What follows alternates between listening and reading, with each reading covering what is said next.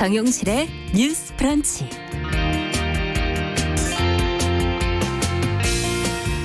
안녕하십니까, 정용실입니다. 어제 비가 좀 왔는데요. 요 며칠 폭염이 이어지면서 그렇다 하더라도 마스크 쓰고 다니기 참 답답하다 얘기들 많이 하십니다. 찌는 듯한 날씨에 마스크에다가 방호복까지 껴입고 일하는 의료진들, 우리보다 몇 배는 더 숨이 막혔을 텐데요.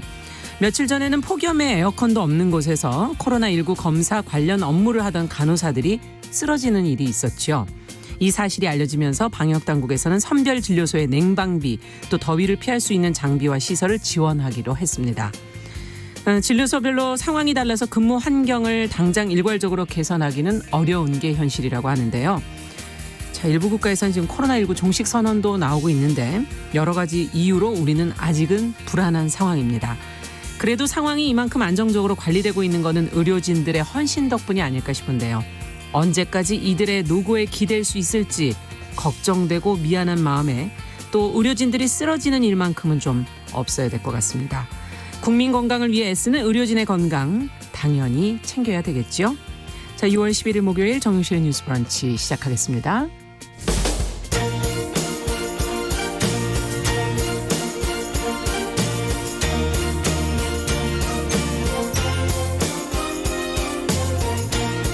여성의 감수성으로 세상을 봅니다.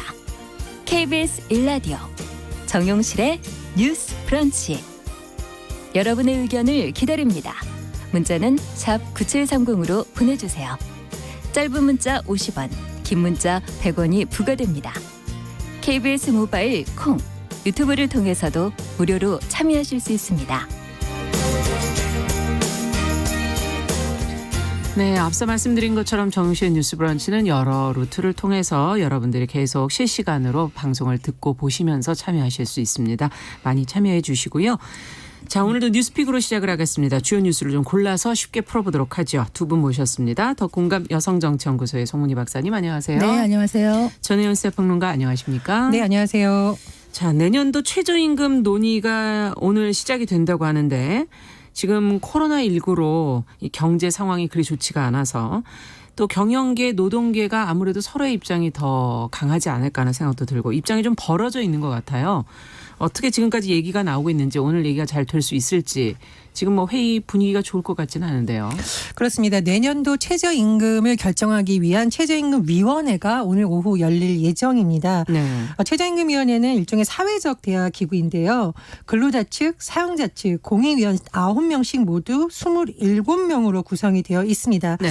그런데 오늘 아침 언론 보도를 보면 민주노총의 위원들이 아마 일정을 이유로 참석하지 않을 것으로 알려져 있고요. 또 민주노총에서 별도의 입장을 밝혀줄 것으로 알려지고 있어서 처음부터 좀 스텝이 꼬이는 거 아니냐, 그런 전망도 나오고 있습니다. 사실 최저임금은 늘 경영계와 또 노동계 입장이 팽팽히 맞섰던 부분인데 네. 올해는 특히나 특수한 상황이라서 이견을 얼마나 좁힐 수 있을지 굉장히 관심이 쏠립니다. 올해는 사실 코로나19라는 상황으로 인해서 경영계에서도 너무 어렵다는 호소를 하고 있고 네. 노동계에서도 정말 저임금 노동자들이 생존에 몰려 있다라는 주장이 나오고 있어요. 구체적으로 살펴보면 외환위기보다도 지금이 더 어렵다라고 하면서 경영계에서 계속 주장을 하고 있습니다. 그 한국경영자총협회에서 중소기업 600곳을 대상으로 설문조사한 결과 88.1% 정도가 내년도 최저임금 수준을 동결하거나 심지어 낮추다, 이렇게 응답했다고 합니다. 그런데 노동계에서는 또 굉장히 반발하고 있는데 지금 임금 격차 불평등 문제가 굉장히 심각한데 최저임금까지 개선이 되지 않으면 저임금 노동자들의 삶이 더 어려워지고, 그렇죠. 사실 이제 소비 가능성, 소비 여력이 더 줄어들기 때문에 오히려 장기적으로 보면 경제에 악영향을 올 수 있다, 이런 주장도 나오고 있습니다. 어쨌든 시작부터 조금 갈등 국면이 예고되고 있는데요. 그러나 마냥 이것을 또 미룰 수는 없어요. 네. 왜냐하면 올해 법정 시한 이달 29일까지 지금 하게 되어 6월 있습니다. 29일까지요? 예. 그래서 과연 이 시기 내에 또 결론을 낼 수 있을지 주목됩니다. 네. 자, 서로 어렵기 때문에 서로의 입장을 좀 더 주장하기 쉬운 그런 상황인데 노동계는 올려야 된다, 경영계는 힘들다. 자, 이 초유의 재난 상황에서 어떻게 논의가 결론이 나게 될지 두 분은 어떻게 보세요? 시간이 그리 많지도 않네요. 사실은 뭐 최저임금 안을 놓고 늘 이제 노동계와 경영계가 대립을 해왔죠. 경영계는 늘 어렵다, 힘들다 이런 얘기를 했습니다만 2017년 기준으로 했을 때 지금 3년 동안 최저임금이 32.7%가 올랐어요. 네. 그래서 지금 현재 2020년에 최저임금이 얼마냐? 시간당 8,590원입니다. 네. 근데 문제는 이 지금 문재인 정부에서 소득주도 성장 이야기하면서 공약이 사실은 최저임금 1만 원 시대였거든요. 그렇죠. 1만 원까지 임기 안에 가려면은 계속 인상을 해야 되는 상황인데 문제는 지금 코로나19까지 겹쳐서 지금 상황에서 또 최저임금을 올린다면은 정말 기업이 여력이 없다. 이런 얘기를 많이 하기 때문에 이번에는 아마 노동계가 이런 부분을 좀 감안해서 인상합의에 나서면 어떻겠는가 하는 생각이 드는 것이 우리가 일자리가 최고의 복지다 이런 얘기를 하잖아요. 네. 사실 근로자가 있어야지 기업도 있는 거고 기업이 있어야 근로자도 있는 것이고 일자리가 있어야 임금도 있는 것인데 이 지난 3년 동안 최저임금을 좀 급격하게 올리면서 사실은 취약계층에게 가장 큰 영향력을 미치는 게 최저임금인데 네. 오히려 그 울타리 밖으로 벗어날 수밖에 없는 이런 상황을 만든 부분이 있다. 이래서 아마 올해 2020년에 최저임금이 2.87%밖에 안 올라갔던 것도 이런 어떤 상황을 반영했던 것이기 때문에 내년에도 이런 것들을 좀 고려해야 되지 않겠나 싶고요. 특히 어려운 것이 소상공인들입니다. 네. 그 소상공인 연합회에서 얘기를 하는 걸 들어보면 최저임금도 많이 올라서 지금 지불 여력도 없는 데다가 2019년부터는 주휴수당도 의무화되다 보니까 실제로 이제 소상공인이 받아들일 때는 임금을 한 50% 올려주는 것처럼 지금 부담이 된다 이런 얘기를 해서 사실 저도 아는 분들 중에 소상공인들이 많으신데요. 지금 코로나 겹치면서 직원 임금을 걱정하면서 밤잠을 못 세우는 분도 있고 네. 또 이제 적금을 깨가면서 직원을 해고하기가 싫어서 해고하는 게 너무 이제 피하기 위해서 자기의 적금까지 깨는 분도 봤거든요. 우리가 뭐 최근 보도 보면은 법인 명의로 뭐 람보르기니를 빼서 뭐 가족들이 타고 다니고 이런 이상한 기업주도 있습니다만 대다수의 많은 기업이나 소상공인들은 열심히 일을 그렇죠. 하고 직원과 같이 가는 마음을 갖고 있기 때문에 서로 상생하는 어떤 방안을 마련해야 되지 않겠나 이런 생각이 듭니다. 어떻게 보십니까? 상생이라는 단어 굉장히 좋은데 지금 경영계만 어렵냐 그렇진 않죠. 네. 사실 노동자들이 지금 뭐 임시 일용직을 비롯해서 여러 가지 근로자들도 대부분 최저임금을 기준으로 여러 가지가 책정이 됩니다. 물론 이마저도 안 돼서 문제가 되는 곳은 있지만 최저임금이라는 것은 사실은 노동자들을 보호하기 위해서 근로자들을 보호하기 위한 어떻게 보면 뭐 최소한의 조건이자 마지노선이거든요. 네. 그래서 노동계에서도 지금 상황이 어렵지만 계속 물러서라고 강요할 수는 없다라고 주장을 하고 있는 겁니다. 그리고 박사님께서 2017년부터 아마 2020년까지의 상승폭을 다 합해서 말씀하신 것 같은데 2019년 8,350원에서 2020년 8,590원은 2%대죠. 3%대가 안 되는 2.87%. 인상분이 2.87%, 네. 뭐 약 2.9%라고 얘기하는데 사실 그러면 노동계 입장에서도 작년에는 뭐 일부의 반발이 있었습니다만은 급격한 인상에 대해서 어느 정도는 그래도 양보의 모습을 보여준 것이거든요. 네. 물론 뭐 민주노총 일각에서 굉장히 반박이 있었고 뭐 탈퇴하거나 이런 움직임이 있었습니다만 그런데 또 노동자들에게 희생하라 그것이 상생이다라고 말하다 보면 이것은 사회적 대타협이 아니라 지금의 어려운 현실을 노동자들에게만 전가하는 것이 아니라는 비판이 또 나올 수가 있는 것이죠. 그래서 그런 부분도 저는 좀 봐야 된다고 생각합니다. 네. 사실 이제 2017년에서 18년 갈 때 16.4%를 인상을 했고 예. 19년 올라갈 때 또 10.9% 이런 식으로 인상을 했다가 이게 너무 급격했구나라는 그런 반성이 있었기 때문에 사실은 최근에 2.87% 올린 87%. 것이거든요. 네. 그래서 이런 것들을 좀 감안하면 어떻겠느냐. 사실 뭐 IMF 때도 최저임금을 조금은 올렸어요. 그래서 그런 거 생각하면은 최저임금을 인하한다는 거는 힘들 것이지만 동결 정도는 아니면 약간의 인상 정도는 생각해 볼 수 있지 않을까 싶은데 최근에 독일의 집권당인 기민당도 예. 최저임금 동결 지금 제안하고 있고요.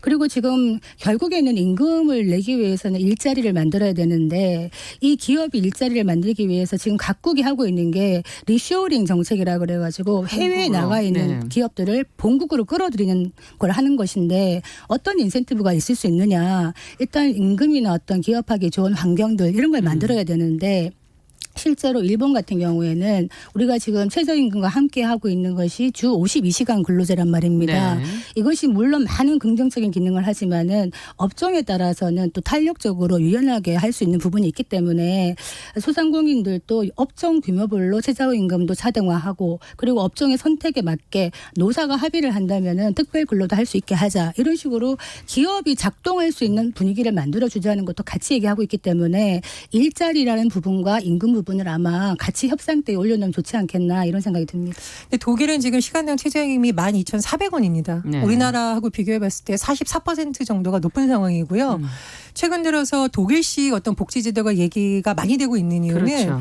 독일에 다녀온 분들이 그런 얘기를 합니다. 독일에 살 때 느꼈던 가장 충격적인 부분은 저소득층과 고소득층의 차이가 있기는 하지만 생존을 위협받을 정도는 아니고 어느 정도의 삶은 유지가 된다. 그 이면에는 뭐냐. 전 국민이 고용의 어떤 위기에 있어서 살아남을 수 있는 사회 안전망이 잘 되어 있다는 것이죠. 그렇죠. 근데 우리나라 같은 경우에는 사회 안전망이 허술하고 더 보완해야 된다는 현실이 사실상 존재하고 있고요. 네. 또 최저임금의 어떤 액수 자체가 우리나라가 사실 국제적 기준에 비해서 많이 높다라고 할 수 있는지는 조금 의문입니다. 그래서 독일하고의 비교에 있어서도 좀 찬반 여론이 있는 것으로 보이고요. 그리고 최근에 이 노조 문제에 있어서 좀 주목하는 부분이 이번에 근로자위원으로 정민정 마트산업노조 사무처장하고 한미영 공공운수노조 보육지부장이 새로 예. 들어갔습니다. 네. 이 마트 문제가 굉장히 좀 심각하죠. 유통업계가 구조조정을 사실상 들어갔는데 그렇죠. 그런 그 마트에 근무하는 분들은 어디서 근무를 해야 되냐. 당장 일자리가 없어지는 거죠. 네. 재배치한다는 얘기도 있는데 재배치되는 사업장이 집에서 출근하는데 4시간 걸리는 곳이라는 얘기도 있어요. 그러니까 이분들의 입장에서는 이건 생존권이 걸린 문제고 최저임금까지 만약에 동결된다라고 했을 때는 정말 이중고가 생기는 겁니다. 이런 부분 한번 생각을 해봐야 되고요. 두 번째, 한국노조 왜 중요하냐. 공공운수노조에 들어가 있는데 한국노조도 지금 정리해고 문제 때문에 곳곳에서 그렇죠. 집회가 일어나고 네. 있어요. 그래서 최저임금 문제가 단순히 임금의 문제가 아니라 어떻게 보면 경영계와 노동계가 코로나19 상황을 맞이했을 때 보는 시각 차이가 드러나는 곳이거든요. 그래서 이번에야말로 진통이 예상되지만 노동계가 지금 어려운 만큼 경영계도 그 의견을 좀 적극 들어봐야 되지 않을까 그렇게 생각합니다. 그러니까 최저임금을 동결한다거나 약간 인상하는 대신에 일자리를 더 줄이지 않는다는 그런 정도의 네. 협상을 한다든가 이렇다면 상생이 될 수 있을 거라 보고 저도 부러워요. 독일 같은 경우에는 기본적으로 우리보다 잘 사는 나라고 사회 안전망도 잘 되어 있고 우리가 그렇게까지 가기 위해서는 시간이 걸리지 않겠나 생각이 드는데 문제는 최저임금에 비해서 노동 생산성이 떨어진다는 것도 문제다. 2019년에 최저임금 상승률이 11%였는데 노동 생산성 증가율은 0%였다는 거예요. 그렇다면은 노동 생산성에 비해서 최저임금의 인상률이 높다는 이야기이기 때문에 경제적으로 풀어본다면 이거는 이제 원가 경쟁력에서 우리가 중국에 쫓아오는 중국을 따돌리기가 힘든 부분이 있다. 기업하는 입장에서는 이런 부분을 또 걱정 안 할 수는 없다. 이런 생각이 듭니다. 근데 네. 최저임금 상승률은 노동 상승률만으로 판결하기 좀 어려운 것이 물가 상승률을 같이 봐야 됩니다. 그래서 그런 부분을 같이 봐야 되는 것이지 단순히 노동 상승률만을 따져서 노동자들도 더 올리지 말아라 이렇게 보기엔 좀 무리가 있는 부분이랄까 그렇게 네. 생각합니다. 워낙 경영계도 좀 넓고 노동계도 사실 좀 넓기 때문에 지금 이번 코로나로 인해서 영향을 받은 부분과 그 분야를 따로 조금 더 고민해 보는 건 어떨까 하는 그런 생각도 들기도 하네요. 자, 어쨌든 정용실의 뉴스 브런치 더 공감 여성정치연구소 송문희 박사 전혜원 시사평론가와 함께 뉴스픽 진행하고 있는데요. 자, 이 서울시 교육청이 지금 국제중학교 2곳을 일반중학교로 지금 전환하기로 했다는 그 소식이 지금 나오고 있습니다. 이유가 무엇인지 앞으로 그러면 모든 국제중학교가 일반중학교가 되는 것인지 뭐 또 학부모들의 반응은 지금 어떻게 나오고 있는지 학생들은 또 지금 준비하였던 학생들도 있을 거고요. 어떻게 돼가고 있는지 관련 내용 전혜원 평론가께 좀 여쭤보죠. 정리 좀 해주세요. 퀴즈로 한번 시작해 보겠습니다. 예. 우리나라의 국제중학교가 몇 개 있을까요? 5개. 네, 네, 5개입니다. 5개. 그중에 2개 굉장히 유명한 사립 국제중학교가 대원국제중학교와 예. 영훈국제중학교죠. 그렇죠. 그런데 예. 나름 이제 상징성이 있기도 하고 일부 학교들은 사실 과거에 좀 큰 논란에 휩싸인 바도 있습니다. 그런데 서울교육청에서 발표한 바에 따르면 이 두 중학교가 일반 중학교의 전환 절차를 받게 될 전망입니다. 네. 이것은 이제 어떤 평가 기준이라든가 5년마다 지정하는 것과 연관이 되어 있는데요. 서울교육청에서 특성화 중학교 운영 성과를 평가한 결과 기준 점수인 70점에 못 맞췄다. 그래서 이 두 중학교는 앞으로 일반 중학교로 전환 절차를 밟게 되시라는 전망이 나오고 네. 있습니다. 지금 뭐 교육청이라던가 또 뭐 심사위 여러 가지 입장을 종합해 보면 일단 학교의 목적과 달리 지금 운영이 되는 것이 아니냐라는 네. 의견이 나오고 있는데요. 본래 국제중학교는 어떤 목적인가요? 해외 생활을 오래 한 학생들이 있잖아요. 네. 그런 학생들이 귀국했을 경우 사실 국내 학교에 적응하기가 쉽지 않기 때문에 그런 목적으로 만들어졌고 또 과거에 조기 유학이 또 문제가 됐었기 때문에 그런 부분을 일부 흡수한다는 네. 그런 의미도 있었습니다. 그래서 대원중과 영훈중의 경우에는 2009년에 네. 일반 중학교에서 국제중학교로 전환이 됐습니다. 음. 근데 교육청의 입장은 뭐냐. 글로벌 인재 양성이라는 목표대로 잘 운영이 되지 않고 있다라는 것인데요. 예를 들면 뭐 글로벌 인재를 키우기 위해서 해외 학생하고 교류하거나 국제적 인재를 키우기 위한 노력을 할 것으로 예상을 했는데 실제로 보니 뭐 밤 9시까지 영어 몰입 교육을 한다던가 해외에서 하는 체험도 해외 골프 체험이라던가 예. 이런 부분에서 문제가 있다라고 하는 것이고요.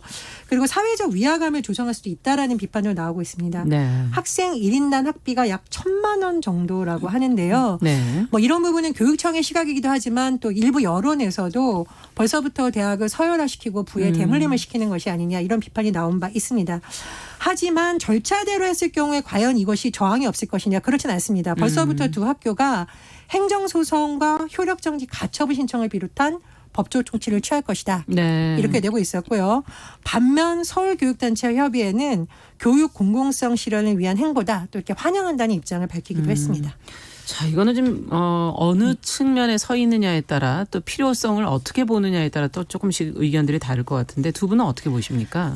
사실 저는 많은 주제들을 하면서 늘 고민을 하지만 저도 학부모 입장이기도 하고 뭐 교수였던 적도 있고 합니다만 이 교육 문제에 대해서는요 정말 어려워요. 예. 그래서 제 의견을 정한다는 것도 굉장히 어려운데 그렇지만 굳이 정하자면은 저는 근본적인 질문을 시작해야 될 것 같아요. 한번 여쭤볼게요.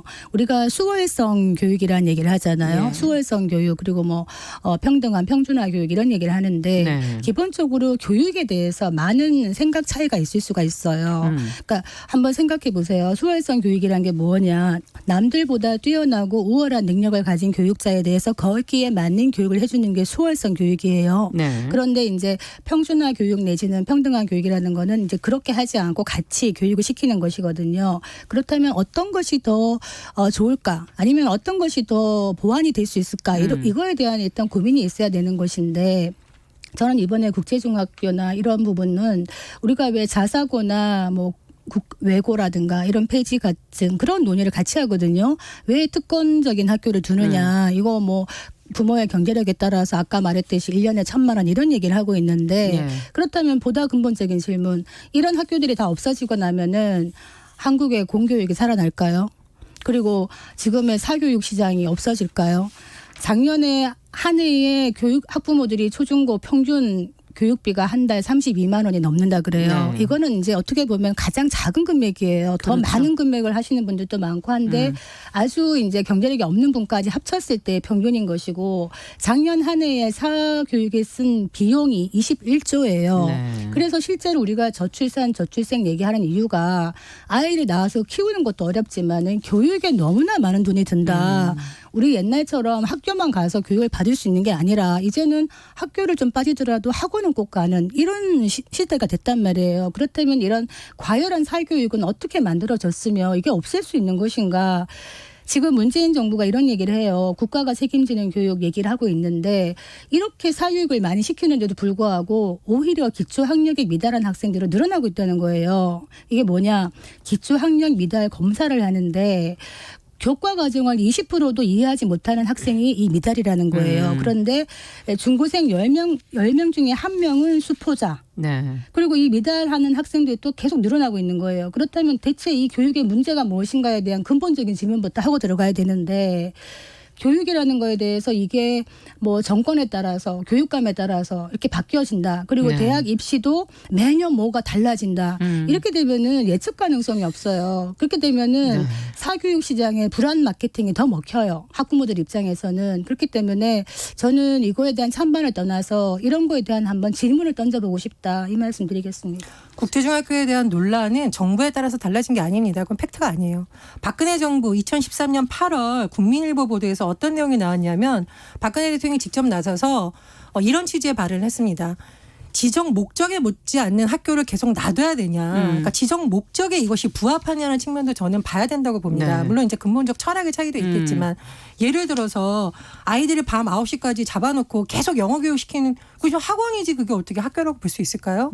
그리고 글로벌 인재라는 개념을 한번 생각해 봐야 되는데 제가 한번 찾아봤어요. 네이버 사전에 따르면 전 세계를 무대로 활동할 수 있는 학식이나 능력을 갖춘 사람이라고 하는데 이 학식이라는 개념도 사실 국제사회에서 바뀌고 있습니다.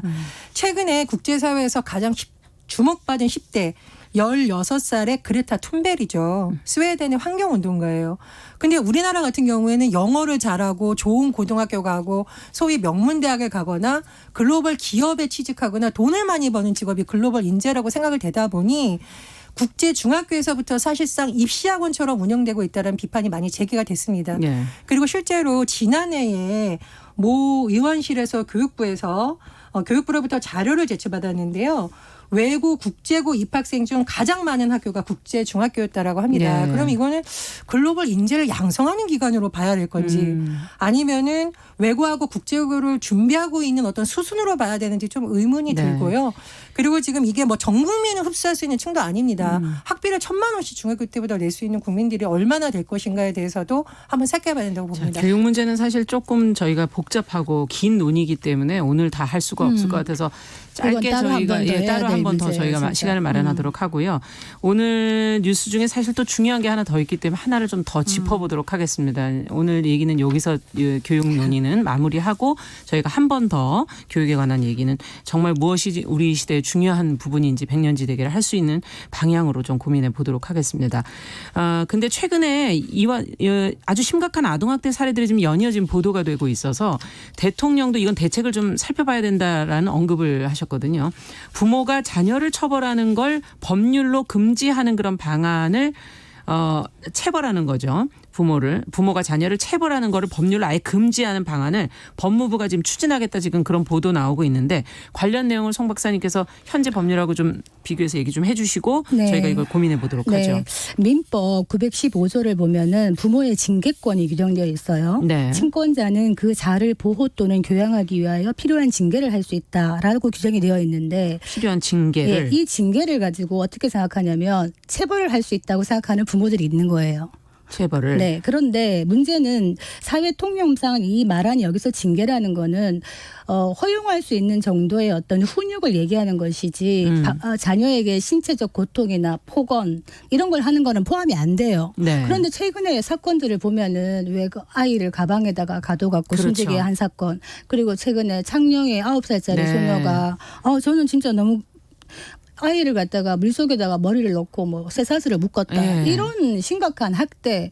이거는 훈육이라고 할 수가 없는 것이고 근데 이거는 용어 자체가 여기 징계라고 되어 있는 체벌도 말이 안 되는 네. 건데 그 부모들이 어떤 말을 하냐면 아이가 말을 안 들었기 때문에 나는 그냥 체벌을 한 것이다. 이런 얘기를 한다는 거예요. 그래서 이게 문제이기 때문에 이거를 법으로 그러면 민법의 이 징계권에 대해서 요거를 좀 손보자라는 게 지금 법무부의 입장인 겁니다. 네. 뭐냐면은 징계권이라는 거를 좀 없애고 훈육으로 대체한다든지 그리고 명시적으로 이제 부모의 체벌권을 금지하는 거는 민법에 넣지는 않았어요. 왜냐하면 아동복지법이라든가 이런 특례법이 있기 때문에 그렇긴 한데 이거에 대해서 또 한 일각에서는 이 부모의 교육권을 지나치게 침해하는 게 아니냐. 사실은 부모가 아이를 키우는 과정에서 미성년자가 어떤 책임질 일을 하면은 부모까지 연대 책임을 진단 말이에요. 그건 당연하겠죠. 당연하게 예. 생각하죠. 네. 그러면 부모는 커나가는 아이에 대해서 무한 책임을 지면서 징계도 할 수 없다면 이 부모는 어떻게 아이를 계도할 수 있느냐 이런 또 반론도 자, 근데 있다는 인식도 지금 상당히 변하고 있지 이야기죠. 않습니까? 네. 예. 그러면은 체벌의 수준은 또 뭐냐?